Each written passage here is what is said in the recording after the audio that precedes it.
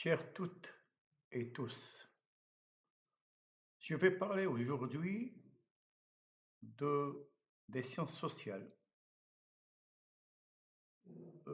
et aussi de la place de l'idéologie à l'université.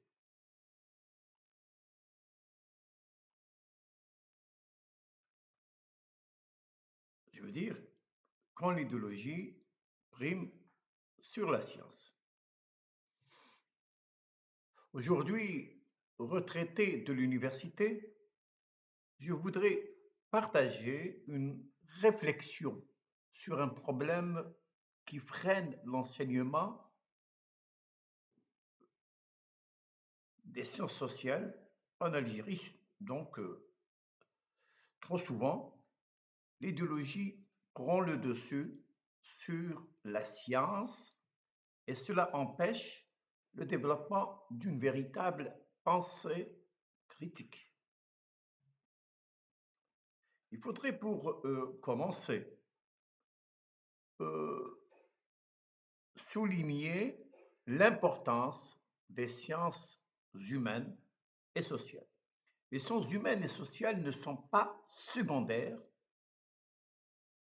comme semblent le comprendre certains. Elles permettent de poser les vraies questions à la société et de développer humainement un pays. Pourtant, en Algérie, leur enseignement est souvent négligé, ou du moins mal conçu, et vidé de sa dimension critique. Beaucoup d'enseignants considèrent leurs cours comme une simple reproduction d'informations sans interrogation ni investigation personnelle. La pensée critique est mise entre parenthèses, remplacée par des certitudes idéologiques. Max Weber parlait de neutralité axiologique. Il voulait dire une passion froide, une mise à distance nécessaire pour observer et analyser. Cette attitude manque cruellement.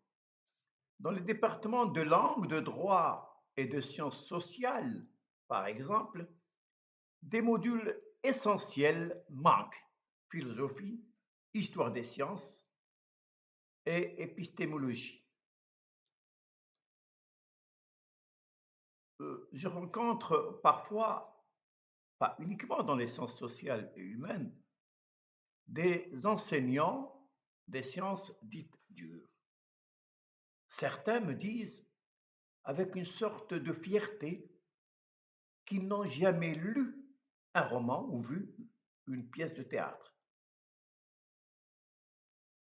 qu'ils ne ou un texte de sciences sociales.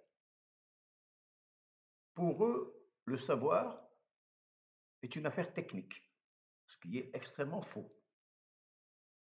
Enseigner, ce n'est pas juxtaposer des techniques ou des savoirs figés. C'est apprendre à douter, à interroger, à déconstruire les discours. Trop d'enseignants deviennent des militants ou des idéologues au lieu de chercheurs. Ils récitent des vérités toutes faites, puisées dans des espaces culturels ou politiques, sans feedback, sans distance critique. Résultat, on forme des étudiants reproducteurs, pas des scientifiques. On attaque des livres et des écrivains sans les lire, uniquement à partir de postures idéologiques. On n'a pas appris à déconstruire un discours, ni à mettre en rapport théorie et pratique scientifique. C'est pour cela que des penseurs comme Al-Farabi, Ibn Sina, Ibn Rushd ou Ibn Khaldoun, qui favorisaient le raisonnement scientifique, sont si peu connus aujourd'hui chez nous. J'aime beaucoup citer Einstein, qui lui lisait énormément, qui disait que ce que j'ai appris dans mon savoir, je l'ai appris de mes lectures antérieures, de mes lectures de poésie et de mon amour pour le théâtre.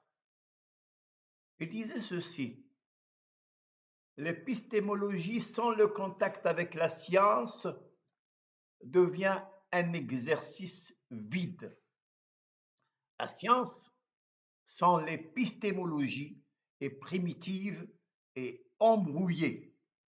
Pierre Bourdieu, dans Homo Academicus, paru en 1984, prolongeait les réflexions sur cette question